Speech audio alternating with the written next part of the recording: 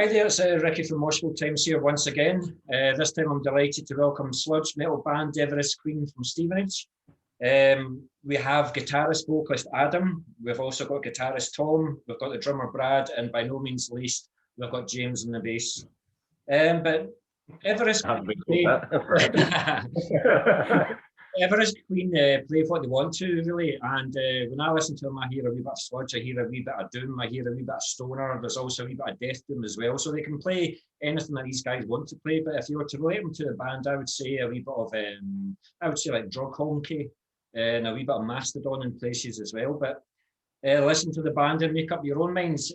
So guys, delighted to welcome you. I hope everything's been okay with the lockdown with your friends and families and your jobs and okay. So how are you guys doing?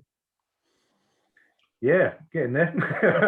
It's been a bit of a roller coaster, but I think we've all had our challenges and stuff throughout lockdown as everyone. But as I think everyone can kind of sort of agree to this, that we've kind of gone through it together as well. We've kind of helped each other out as well, and it's kind of brought us closer in a different way as well, like in terms of writing, and it's totally a new way of writing music, definitely. Yeah, cool. You two guys okay as well, Tom and Adam? Yeah, everything okay? Yeah. Good stuff. Yeah. Before we go further in the interview, though, I have to ask, is that you two celebrating your engagement, Brad and Jimmy? Yeah. I didn't realise. There's so many anniversaries, they just kind of meld into one. Good stuff, guys, good stuff. But with the lockdown all but over then, and with your debut album being released in 2019, have you guys been using this time constructively and written more songs? Yeah, we've got a new album written and almost recorded. We've got the guitars are done, the drums are done, synth ambient stuff is done. Jimmy's coming round tomorrow. We're going over bass tones and stuff, and then phrasing lyrics, and hopefully it's going to be recorded by the end of July and mixed and mastered as well. So do you think it might be out towards the end of the year? Or sooner? Probably, with everything going on, more likely 2022. And I think we all had a chat about it, and with just the way the world is and just changes in our personal lives, we decided to 2022 would be a better time to kind of release it. Yeah. I'm quite interested when you say about the synth ambient, because to be honest with you, I like my extreme metal, I like my death metal primarily as well, but on the other side of the spectrum, I like my dark ambient. So when you said ambient synth, I was like, So what brought that new element to the band in? What felt Everest Queen needed that extra element of synth and ambient? Well, I guess, Jimmy and I formed the band, and I think not so much consciously, but subconsciously, we always wanted that kind of element in the band. And we were a three-piece. So Tom only joined the band a couple of years ago, and before he joined, he was in and is still in they're both Jimmy and Tom are in a band called Orm, which is sort of really experimental, like drone doom kind of stuff, like similar to Bong and Sun and that kind of thing. Yeah. And we were talking about, well, it was actually Jimmy who said, if we're thinking about getting an extra guy to do like extra guitars and some synth stuff, then Tom's our man. And so Tom's done all the synth ambient stuff on the album, and he's gone to town on it, and it sounds sick. Cheers, guy.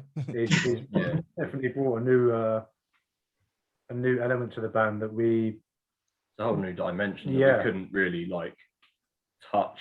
Like, I think we would try and recreate, Adam does actually like more trippy stuff than you'd think through knowing his guitars and his pedals and like melodies and stuff, but like bringing Tom in, just like it, I think it opened up the boundaries a lot more to kind of go, well, we can add this to it. And to be honest, I think for the gigs that we've done with Tom, we've been able to like do it live. I don't think we're a band that would ever record something that isn't just, it's just going to be on the record, and live it's going to fall flat on its face. Like, no, it's, you know, and he's brought a whole new dimension to it.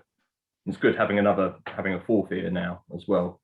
Yeah, well, even that first practice I had with you guys, we ended up jamming before we went through the songs, and I think the first couple of practices I had with you guys, the jams that we did eventually became 2 songs off on the new album. So that was a surprise more than anything, because at the time I was more worried about, do they like me? Do they like me? Am I in the band or not? And Adam's just, you'll do. That's because that's actually something I was going to ask. Like, sometimes when I see a band live and I see them as a 3-piece, I sometimes worry about the sound, especially when the guitarist goes and plays a lead. It can sometimes be quiet, you know. But so was that the reason as to why you felt like you needed another guitarist for the live one, or was it a case of like you welcome more ideas from somebody outside coming in? I think I always wanted a second guitar player, and I also wanted a different lead vocalist, and things just haven't worked out for me, you see.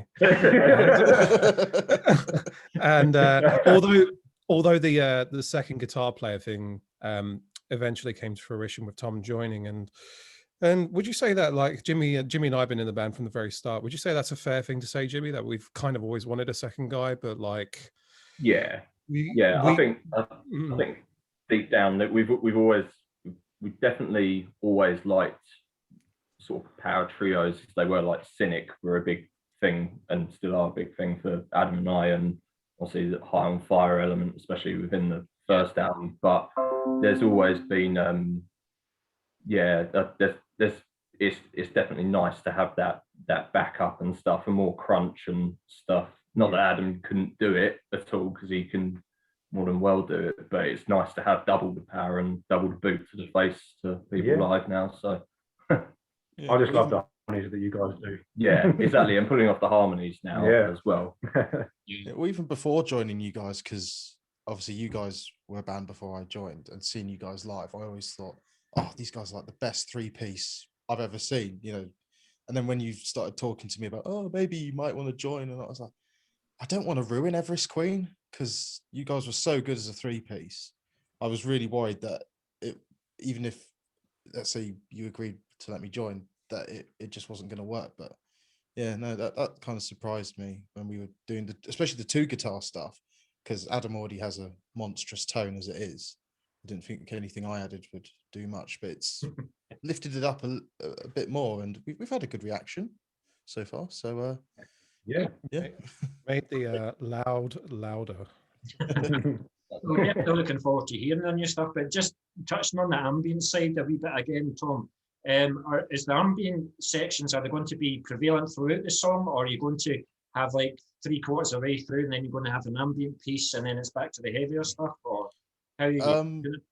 Yeah, it's I'd say 90% of the album has Simps on it. I'd say probably one track has no Simps at all.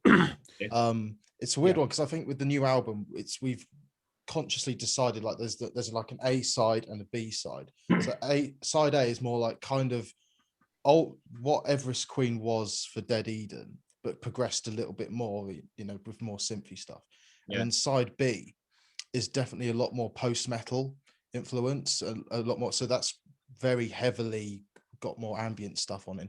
So we do have an interlude. So there's an interlude between side A and side B that's, you know, actually doesn't have that much synth in. It's mostly like some field recording stuff with Jimmy and Brad doing these really cool jam together. So some tracks will have some synth throughout and maybe bits here and there, and but yeah, that's it. Is that about right, chaps? Yeah.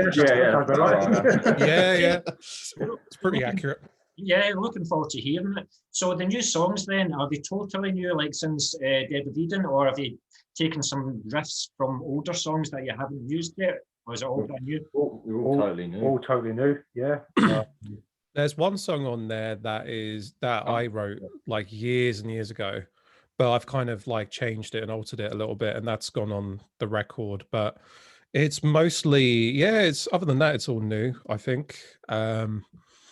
This pandemic's been such a blur that I just don't know what the album is anymore. So for those that are new to the band, then how would you say it compares to your early material? I mean, obviously we've got the ambient and synth in, but what about the actual songs themselves? We don't talk about killing as much. Well, like for example, on Dead Eden, track 2 is called Blood That Binds the Iliad, and lyrically, I think that was mostly Brad, and then after that, Jimmy, and that kind of talks about like the sort of grotesqueness of war, and you know how extreme human nature can get, and all that kind of stuff. Whereas lyrically, it's more personal. This particular record, and I think musically the riff is still there, but I like, for example, Jimmy and we really like The Cure, and we like Disintegration by The Cure, and stuff like that. And I think we wanted to kind of integrate that into a newer record, and with Tom on board, I think we've been able to achieve that. It doesn't sound as nice as The Cure, but it's just as depressing. Yeah, it's certainly just as depressing, but like musically, yeah, it's a little bit more abrasive. So when we're going through the period of like when you couldn't meet up, then how were you communicating your ideas to each other? Oh God, we were doing it pigeon carrier. Yeah. Light in the fire signals. Yeah, exactly. That was a serious question. Yeah, just mainly through like things like this. Yeah. But we would like have so many bad internet problems where we'd come up with ideas, and then it'd be like, oh right, and then suddenly one of us would drop out, and so, we didn't even have laptops. No, we were all on our phones. Like this is our first ever Zoom call. Yeah, like literally ever. So there you go. So guys, is Adam the type of guy that would send you like I can imagine him sending you a riff like 4 o'clock in the morning and stuff like that? That's more Jimmy, to be honest. You know what? That's more Jimmy. Definitely more. I'm more of a. And he'll call you up and say, "Oh, I'm more of a in bed by 10:30 with a glass of milk kind of a guy. But don't believe you. No, basically, I guess with I don't know. I guess we've exchanged riffs and then kind of built songs upon those riffs, and it's been because we weren't planning to do an album. We were planning to tour in 2020, and play a lot more shows, and then that all didn't happen.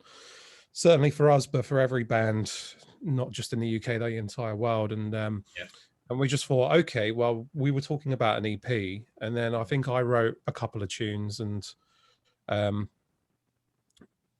think it might have been Brad who was the first to say, do we have an album? And I was like, we might do. It depends if everyone signs it off and we're cool with it. And everyone was. And I was like, okay. Oh, he's freezing a wee bit. Got an album and we went in. Oh, is that better? You're back. Back. Welcome back, Adam. Welcome back. We were just talking about you. Don't worry about it. But as a reviewer as well, sometimes you get an absolutely brilliant EP, and then you just want more and more, and then you go, that's over. So I'm delighted to hear that you thought you're just writing a couple more songs and getting an album out there, because I feel like an album's got a beginning, middle, and an end. It's got a story to tell, whereas an EP can sometimes be, I'm just wanting that wee bit more. Because it's so good. So I'm glad to hear that you guys are doing a new album. But also with what happened in the last 18 months then, has it made you look at the more business side of the band, like keeping the name of Everest Queen out there and social media and marketing and all that kind of stuff? Has it made you do things that you've never done before, really, or taken for granted before? No, we've been quite quiet, really. I mean, Yeah. we've been engaged. I think what we've done on social media really is we've been engaged in fundraising. We sold some merch to raise money for Club 85, which is a local venue in Hitchin that we really like and play a lot. The Black Lives Matter thing, we raised money for that. Yeah. And in terms of social media activity, that's what we've been doing, but we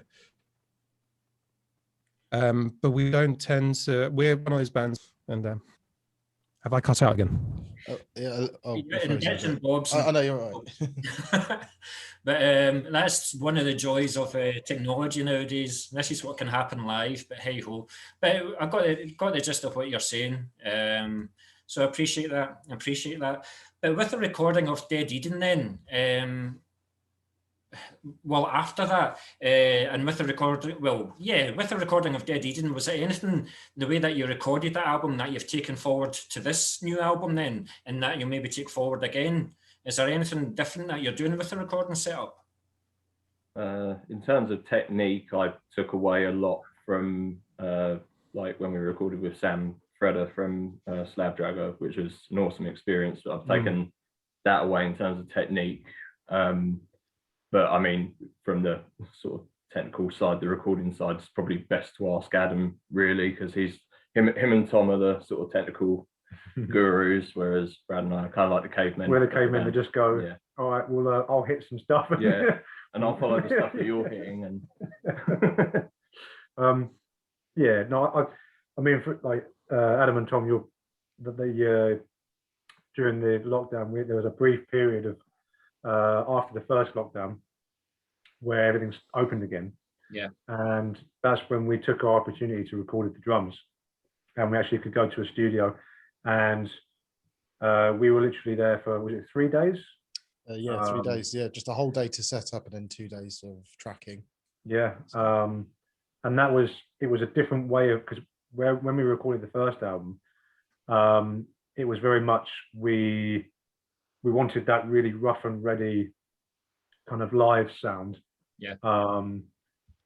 And we recorded it very much all together in one little room.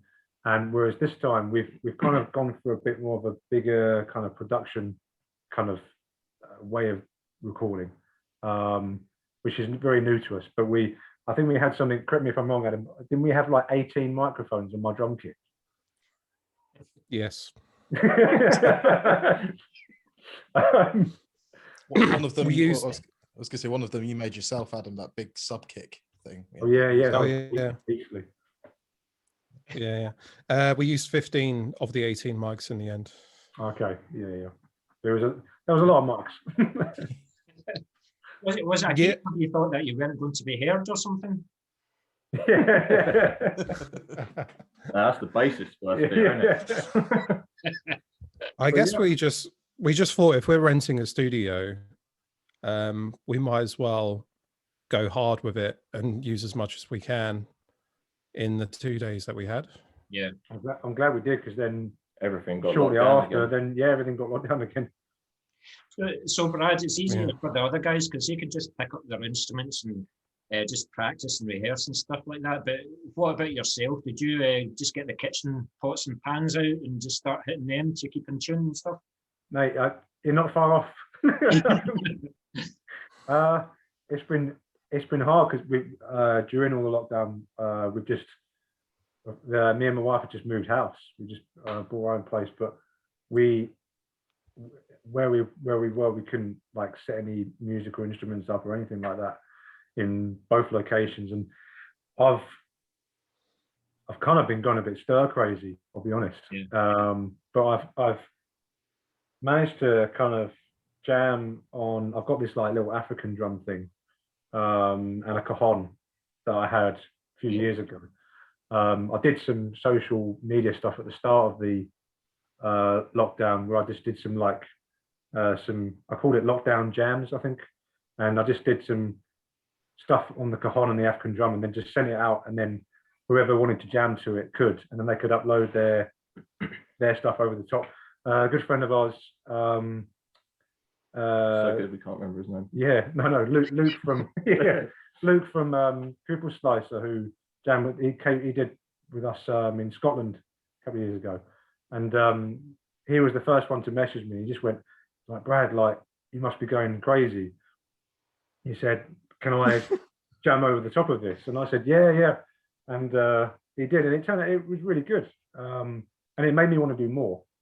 And then there was another guy from Basement Torture Killings. He then jammed on top of one as well, and Maury from Skullfucked as well.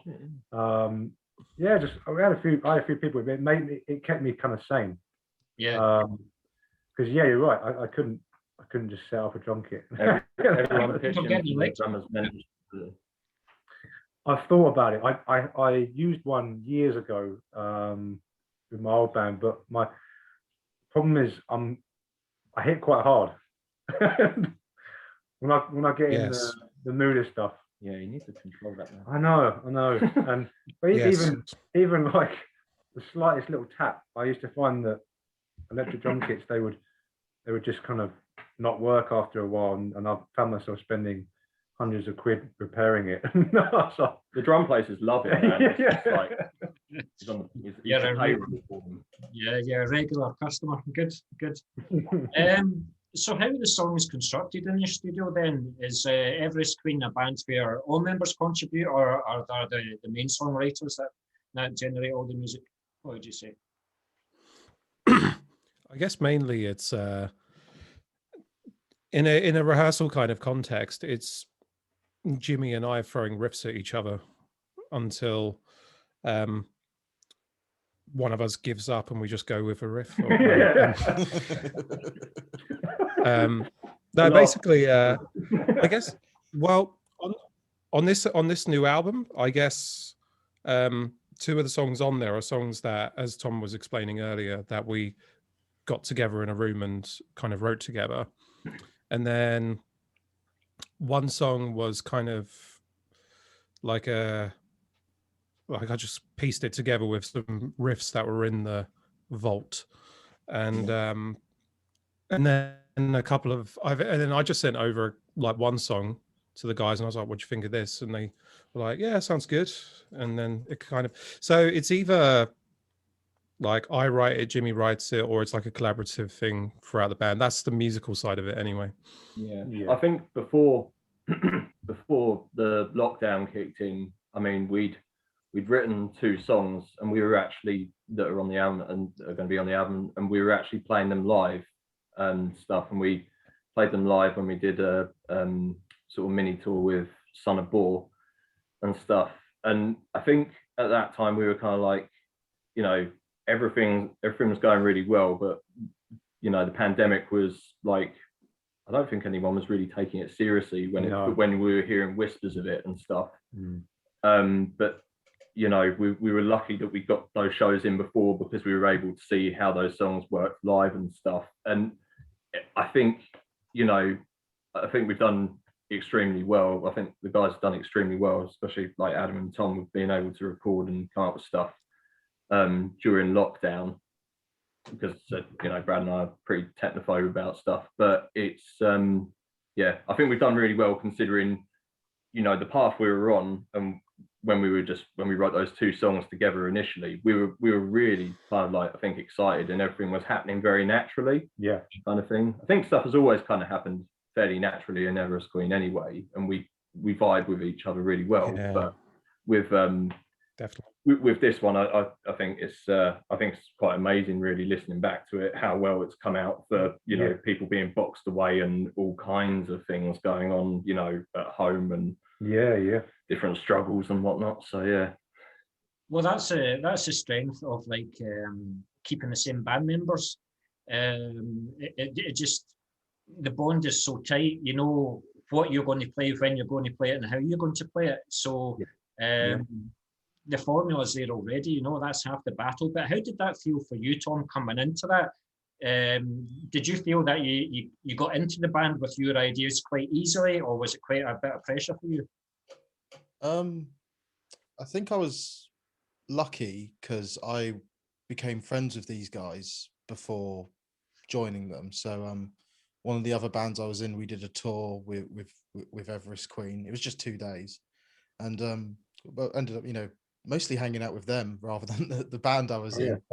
And yeah, and also locally, you know, just see them all at shows, just hang around with them. So I think there was already at least something that, and I think a sense of humor as well as goes a long way when you're in a band. So which helps. So coming in, I think there's definitely those first 2 practice. I think the first practice I was probably a bit intimidated because, you know, these guys were already great. You know, what the hell can I do?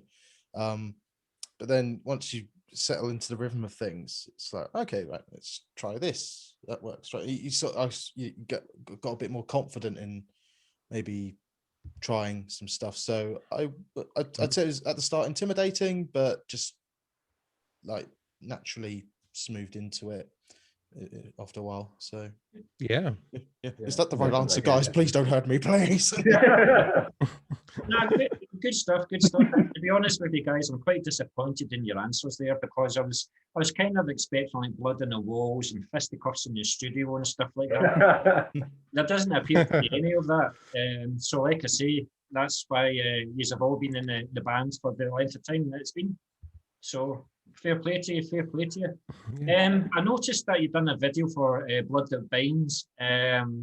Did you think of doing a virtual gig over the last year, like when we had the opportunity of meeting up and stuff like that? Did you think that was another way of keeping the name out there and doing like a virtual gig, even if it was in your practice room? Or did you? I think, to be honest, there were sort of bigger priorities on our mind, both in and out the band and stuff, that were not going to allow us to do it. Like the technology being one of them, you know. Tom and Adam can do all that and get set up quite quick. Brad and I just, you know, we just wouldn't have a clue how to do it. But there was a lot of things going on sort of outside the band in our personal lives that didn't allow it. And our main priority, I think, because, you know, Dead Eden was brought out in 2019 and we recorded that in 2018. It was quite a big, I think it was a big push of like, right, let's just keep going with this to get the next thing out and stuff to feed that curiosity, because we were moving in such a different direction anyway, whilst retaining, you know, some elements of Dead Eden and just our sound in general. But I think we were on a roll, weren't we? And we were like, because we saw quite a lot of bands doing these virtual gigs. We thought we could do that, but we're having such, like, we're really in the thick of writing, and we were like, we could come away from that and do this to keep the social media kind of going to an extent. But then we kind of looked at it from an outside point of view, which was certainly me, but, you know, like, I would rather know that a band was writing an album rather than just playing stuff that we've already heard. I think if we were in a fortunate position where we'd already written the album and played it all live before, and then the pandemic happened, I think it would be a different story. I think we probably would have done some live virtual shows. Yeah, we would have found a way. But yeah, we were just in the thick of writing the album, and I think we wanted to make sure that we didn't lose track from that. Cool. I'm also right in saying, Adam, that there's no official videos to go along with the debut album. Were you thinking of doing one, but once again lockdown prevented that from happening? Am I right in saying that there's no like official like video or a lyric video or anything like that? No, there's nothing like that. We didn't do that when we did Dead Eden, and we did a live video of us playing a song from that album, Blood That Binds Iliad, as you mentioned a minute ago. But I guess we could have easily done like a video where it's like us playing in like an abandoned warehouse or something like that, but I just don't think we wanted to do that because it's been done to death. And at the time we put it's just completely stupid. Where would you get the power supply for, it's just a joke watching Slash in a fucking desert. Like, where are you plugging into? And I think at the time as well, all our budget went into like the first album, like getting it pressed on CDs, t-shirts, all that sort of stuff. So we kind of ran out of money to make a video. So we did that live stream thing, and it came out okay, I think. I think we're for the next album we're definitely, like, the plan is to do a lot more visual stuff.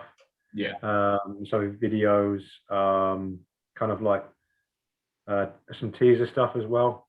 That's definitely on the cards, and we're in the talks of, because we haven't actually got any photos with Tom in the band. So we're in the next couple of weeks we're going to be doing a photo shoot as well, in preparation for all the new promo stuff that would go along when we release the album. Show off your new long locks as well. Yeah, that's it. Yeah. Also, I'd say the music as well on the new album probably suits visual media a bit more than what was on Dead Eden. And plus, I did tell you guys to just Photoshop me in the old photos. So. I think there's the steamed ham ones with you as a clock somewhere. But... Good stuff. But Adam, with you being the main vocalist of the band, then do you write all the lyrics for the songs, or do you welcome contributions from all the guys in the lyrical front? So my contributions to the lyrics are about 5 to 10% of all the lyrics. I don't really, that's more, that level of expertise is really like Brad and Jimmy, and also Tom, because on one of the songs on the album, Tom wrote the lyrics for the entire thing. So turns out Tom's a secret weapon for lyrics, which is really good, I guess. So my involvement with lyrics is more like phrasing it and changing like a line here and there and all that sort of stuff. But I guess if you were to ask me what my 5 strengths are as a musician, lyrics wouldn't be one of them, and that's the other guys in the band. That's quite unique then, because I'd imagine with the main vocalist taking not control of the lyrics, but when the lyrics are written, you can already picture yourself how you're going to sing it, and whether it's going to be harsh or whether it's going to be soft or whatever like that. So it's quite strange. Brad and Jimmy telling you their ideas. To be honest, I think Adam discredits himself a bit. Like the actual song Dead Eden on Dead Eden, obviously, is like, Adam wrote quite a lot for that, and like I think throughout that album, Adam wrote a fair bit. The thing was, when we wrote the lyrics on Dead Eden, you did. Did you get credits?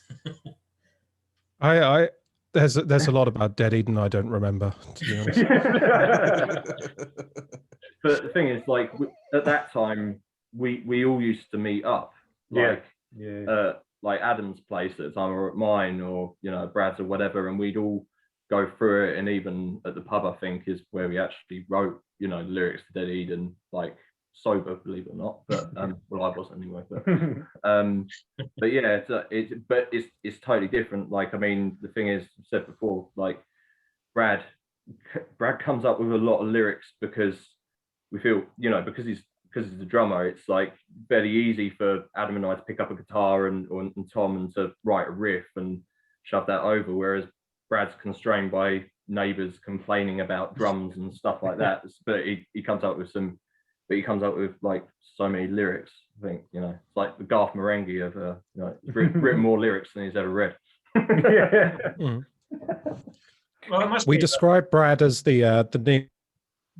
Sorry, go on. Carry on. No, carry on. I was just going to say Brad's like the Neil Peart of Hertfordshire, but I realise that sounds a bit brown nosy, so just the caveman, that will do. The caveman who can write on the wall. When he writes his own fecal matter, he starts to worry about lockdown and what it's done. Lovely, lovely. Right, so thanks very much for that, guys, then. So obviously with the last 18 months being a write-off, what touring plans did you have planned for like 2020, or were you more or less just wanting to get the album written? And what maybe, with things opening up again and you just got to record the album, what plans have you got for the rest of the year going into next year? So we've got a couple of sort of all-day festivals coming up. So yep, we've got Riff Illusion, Badgerfest, obviously. Badgerfest, of course. Yeah. And then we've got a little winter tour in November with 11 Paranoids. One of sort of our favourite bands for a long time. Yeah, that was actually the first band like that Brad, Adam and myself all went to see together, I believe, like that wasn't in Hertfordshire. Yeah, it was in the underworld. It was Conan, 11 Paranoids and Torpor and Gould. Oh yeah, and Gould. Gould, And yeah, that was like literally, I just remember seeing 11 Paranoids and just being like, oh my god, like it just blew. Well, I think all of us just blew us away. It's my favourite living bassist, so it's kind of like blown away and stuff. And then never seen anyone smoke a joint on stage. I think that's 5 states, isn't it? Not sure. That's 5 or 6 dates. Yeah, so I think we're doing. So we've got 5 days. 5, is it? I saw the poster for it. Yeah, so we are starting. So Newcastle, then dropping from down and ending up. Like London's last one, after Brighton. After Brighton, so yeah, Newcastle, Bradford, Hitchin, the Club 85, then Brighton, and then London. Yeah, but that's going to be it's taken us a long while to plan it, because with the lockdown, it was so up and down with these venues, and then the Black Heart was one of the main ones, and luckily they got saved, which was great, and I know they were really excited to have us on, which is nice. Which was I tell you, like not to be repelled. they were so like as soon as like I inquired it, they came back within 2 hours. They just went like, I think it had been, I can't remember, the last time we played there was like another all day, maybe a couple of years before. Yeah. But they were just like, yeah, we want you guys back, and we love 11 Paranoids. So, and he said to me, I can think of a couple of bands that would work really well with this lineup. And I said to him at the time, like, what were you thinking? And he said, I think Wallowing would be really good. And I literally just said, yeah, I couldn't agree more. I think that's a perfect match for a London show as well, to end that tour. I think that's a great end. Good. And then we got some. So I'm under sworn secrecy, but we'll be going Scotland. Well, do you know, I've been waiting for you to be quiet there, because I was going to say, not that we'll let you above the Adrian's Wall again. That's been rebuilt, I'm afraid.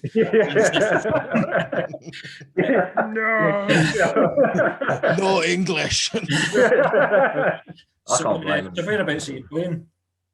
So we'll be doing some shows early 2022, Edinburgh and Glasgow.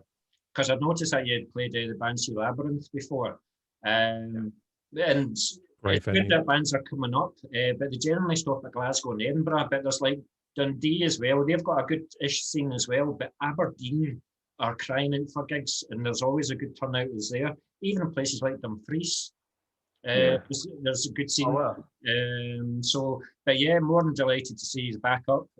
I'll certainly be there. You'll probably find me in the bar. I'm too old to go down to now. But I'll be there, man. I'll be there. So that's great to hear that you've got a lot of plans. But you mentioned Badgerfest there, and that's one of the reasons why you're here then. So is this a gig that you're looking forward to play? Yeah, we can't wait. Yeah. Definitely. We've been wanting to play Badgerfest for a good few years. Yeah. And then I can't remember, sorry, it would have trying to remember when he first announced the lineup. Our COVID has shuffled stuff about so much. Yeah. It's just been, it's But we were well chuffed. We were like, yeah. yes, like this is good. So that's actually one of the questions I was going to ask. Did John see you guys at a gig and then come up to you, or did you apply to play Badgerfest, or how did it all come about? I think it was kind of so we applied. I think we tried to do it as part of the tour with Zora. Yeah. But I think Zora had played it already. Yeah, and something didn't work out, and then he just said, "Oh, really sorry, like can't do it." Yeah. And we were just like, "Yeah, no worries," and we continued. And then the following year, it was just really random. He just, I think I got in touch with him like a few months before and just said, "Oh, how you doing?" Like, was wondering like, is Badgerfest happening this year? And then just kind of heard nothing. And then randomly, he just kind of got in contact with us and just said, "Yeah, like we like loving the album. Really want you guys to play." Good. I mean, it's certainly Moshville Times. We've certainly promoted Badgerfest as well, and we're actually going to be there. There's at least going to be 4 of us there. We're going to interview. Even though I said that I'm sick of the sight of you already, we're going to be interviewing bands. We're going to be in the pub and have like live interviews and stuff like that. So this won't be the last time that we'll have a wee chat with yourselves. Cool, man. I'll just have to think of more questions. We'll interview you. So Adam, with Badgerfest then, or any of you guys, is there any bands in the bill that you're looking forward to seeing yourselves? Chubby Thunderous. Yeah. Like, haven't seen them in years, and they're fun, and their guitarist used to be in a band I really like, called Dope Fight, who did a split with a band called Dead Existence years ago, and like, yeah, I listened to them and then I got into Chubby Thunderous, so looking forward to seeing them. And unfortunately, I'm not going to get to see Agira, which is a band I really want to see. But yeah, I really want to see Agira as well. I think Adam, you going for the whole weekend? I'm going for the whole thing, yeah. So yeah, they're one of the bands. I am as well. Yeah, I can't. Also, Basement Torture Killings. Yeah, they're really good. That's a hell of a replacement. I can't remember who dropped out or whatever for whatever reason, but that's a hell of a replacement. Yeah, and Grief Ritual, they're playing, aren't they? Grief Ritual. Oh, yes. Yeah. It'd be cool to see them. No, they're really cool guys as well. I interviewed them as well. They're really cool. I'm looking forward to seeing them too. There's a good contingent from Scotland coming down as well. There's Ramage Inc. and Iron Altar for a couple, to name a few. Iron Altar, Iron Altar, that's another one, yeah. Looking forward to seeing these guys. But Badgerfest, certainly, it's only been, 4 or 5 years or something like that, and it's already grown. I mean, you've just got to look at the headliners and what he's planning next year as well. So, cool. But yeah, if we get a chance to interview down there, we certainly will. So, well, I've done this, but I'm just going to sit and just watch these and have a pint. So I'm not asking. Don't blame me. I've asked. It's cool though. It's a really good mix with Badgerfest, because I think, you know, when you get sort of like not pigeonholed, but when you get lumped in with other bands that naturally do sound like you'd go, it's nice to see festivals like Badgerfest where it's, you know, like you said, everything. Yeah, exactly. You've got like the, you know, it's like post black metal of Agira, and then you've got, you know, sort of Basement Torture Killings, as you're saying, and there's quite a few others. I just can't remember the name of at the moment. I wish I had the list in front of me, to be honest. I just wonder how it's going to work out, because it's sold out. I think if the restrictions are eased again, more tickets could be added. But you just wonder, like, if you've got like the black metal band and everybody's at the front, and then everybody, like, you've got a small crowd at the front and everybody's at the back, and then like a stoner band will go on and a small crowd will go at the front and then everybody in the back. But it seems to work for Badgerfest. Everybody's there for the day, you know, and all the bands are given fair attention. So that's good. Yeah. And I'll be down. I've tried to get down for a couple of years, but this is the first time I'm coming down, so I cannot wait for it. Really looking forward to it. Yeah, it's going to be good. Nice. Yeah, but this is where I probably could start another 40-minute Zoom session, because we're going to talk about your musical instruments now. We'll start off with you, Adam, then. So what guitar did you use for the recording then? And what's your setup? For the new album? Yeah. I used a few guitars. Most of it's a Yamaha SG-2000, which is a recent acquisition. The last track on there, I used a Fender Jaguar for a lot of the cleans, and then I have a guitar called an Esoteric, model number DR1, which is from their Luther based in California, which I've had for years, and I've used that here and there, and a Washburn acoustic guitar. Most of my fuzz is a Earthquaker hoof going into a PV 6505 plus. I never remember the model number of the head. I'm always like, what? 6 something? Yeah. So cool. So like if you were to go like on this 5 or 6 day tour, then what guitars would you take with you? The Yamaha. I take the Yamaha and the Esoteric as a backup. Yeah. So is the Yamaha 6 or 7 string? Sorry, say again? Is the Yamaha, is it a 6 or a 7 string? A 6 string. I'm not advanced enough to tackle a 7 string, I'm afraid. Yeah, right. That's a lie. That's a lie. That is a massive lie. Well, people that use 7 strings are just showing off anyway. Yeah, exactly. Thank you. That's what I've been saying for years. Thanks very much for that. So, Tom, what's your setup then? What do you use for the guitars? What have you got? Yeah, my main guitar is a Fender Custom Shop David Gilmour signature, which I've had. Well, actually, I saved up for 2 years from a paper round to buy that guitar because I'm a huge Pink Floyd fan. So it does. It's weird. It freaks out because it's all single coils, and that's like a big no-no in like the metal scene. Everyone's like, "Oh, you gotta have the humbuckers." So it always freaks the metalheads out. And then when I tell them it's a David Gilmour guitar, I'm like, "What? You ruined a perfectly good guitar. This is supposed to be for like progressive rock." And I was like, "What have you done?" I've put it in drop C. It's just So it sounds amazing. It does sound amazing for metal, and it complements Adam's sound perfectly. So that's guitar. Amp head is a recent acquisition for me, a orange Rockerverb 50. I've fallen in love with that amp head. Although what I was using originally for the tours before was a solid state Randall head, which again is another no-no. It's like, oh, it's all got to be all valve heads, or it's got to be the digital rack thing. It's like, no, this is a solid state head that Dimebag Darrell used. that pisses them off. And I think main distortion sound is a Bad Monkey overdrive into a bass fuzz. And again, I just like to piss off metal guitarists. It's like, why are you using bass effects? But if it sounds good, so they can't really complain. Good stuff. But I forgot to ask you, Adam, with you being like the main vocalist, then have you went through like a range of microphones before you've settled on the one that you maybe use in the recording studio, or do you just a microphone or singing it? For the album, the mic I'm going to be using is the one I'm speaking into now, actually. So, well, it's clear. yeah. It's a Rode something. Yeah. It's what you do with it that counts. Yeah, it clips a little bit, but that's kind of good. So is that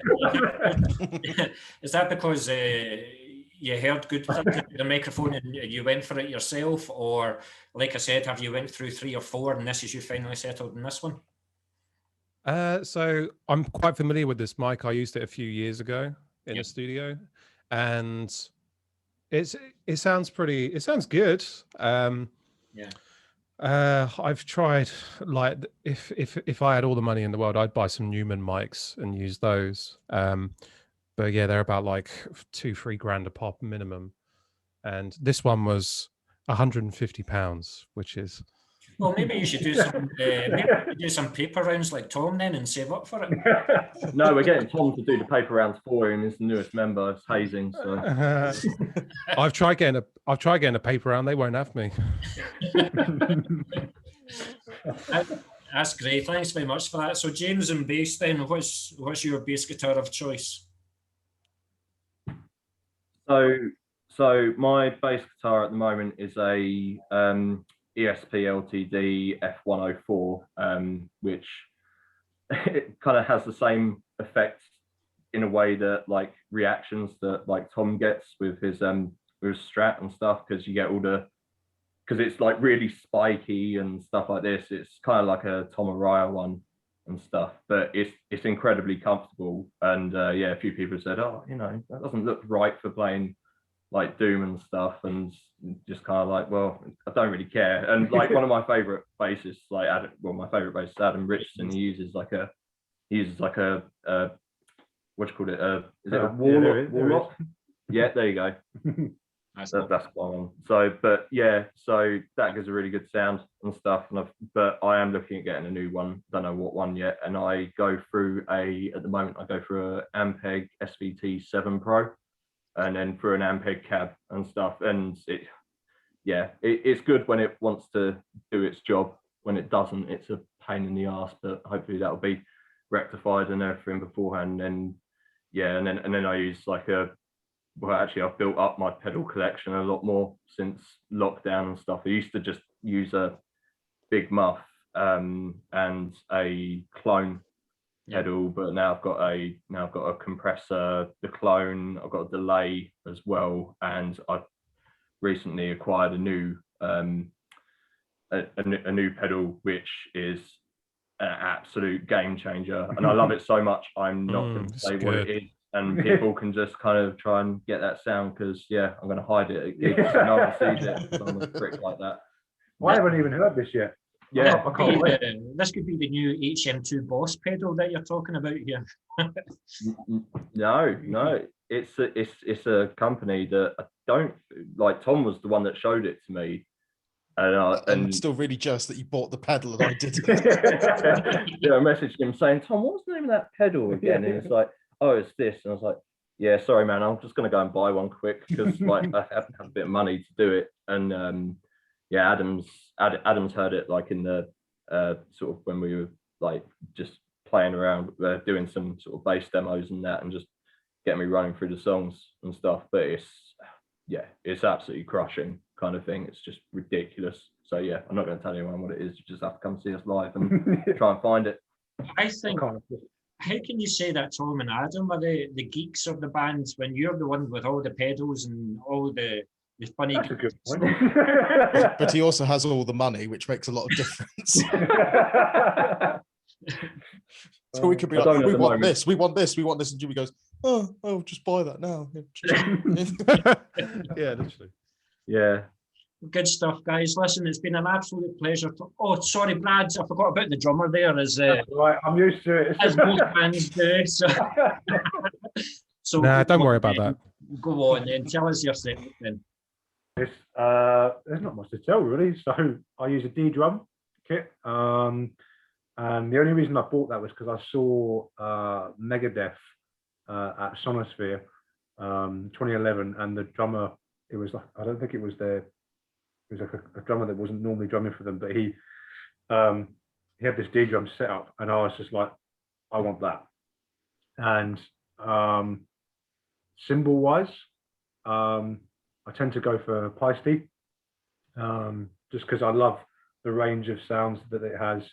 And the toms and the D drum, I find, because they're my bass drum is slightly larger than your standard, so it has that proper punch that just resonates through your entire body and just crushes you, which is what I was going for. So because you hit the drums rather hard then, what's your weight of like drumsticks? Are they like tree trunks? I tell you what, I used to go through drumsticks. Yeah, it was pretty bad. Like we'd end up, you'd have a rehearsal and it looked like a bomb had gone off and there'd be shrapnel everywhere. it was bad, but I finally sort of found a make that I have, and it's like 5As sticks, and they're like medium to kind of quite thick, but they kind of still allow the control, the dynamics and stuff. I say I hit hard. I've got control of the dynamics, which is you need it on, especially when we're going towards the kind of more kind of progressive post metal kind of vibe. It's not all heavy all the time. And yeah, those sticks allow me to have that control, which is nice. So if you're changing your sound, and this is the last question I'll ask about the drums then, did you change the sound of the snare? And did you find it quite tricky to get the sound that you wanted and the guys were happy with? I'll tell you what, we're all just saving up for that Black Beauty. Yeah. I've always had like, I never like having the kind of like Chris Adler snare where it's just like dead. I hate that. It needs to have a little bit of a ring to it. But yeah, I don't know how I've managed to, I've tuned it in such a way where I know how to tune it now. And in the recording of the new album, I knew it sounded good because Adam just went like this. And yeah, if there was an issue, then I would know about it. No, that's absolutely brilliant. Well, listen, guys, I'm certainly looking forward to hearing the new stuff. I think I got the album sent to me as well, so I'll certainly promote it on Moshville.radio as well. Also work with a guy on BHP Radio as well, so we'll certainly get it plugged live. But whenever it's available for any one of the new songs, you know where to send it to. And Moshville Times will do our best to review the album as well. Oh, cheers. Oh, brilliant. Thank you. Appreciate that. Thank you. No worries with that at all. That's what we're here for. We help you and you help us and stuff like that. So that's what we're here for. But yeah, looking forward to seeing you at Badgerfest, if not before. And certainly looking forward to seeing you in Glasgow. We'll certainly be there. Try and make it a Saturday night though. A couple of years in. So you might be in luck. Well, looking forward. That's double the reason for coming out to play. So, as I say, thanks very much, guys, and I'll see you at Badgerfest. Yeah. Cheers, Cheers for your time, Ricky. No worries.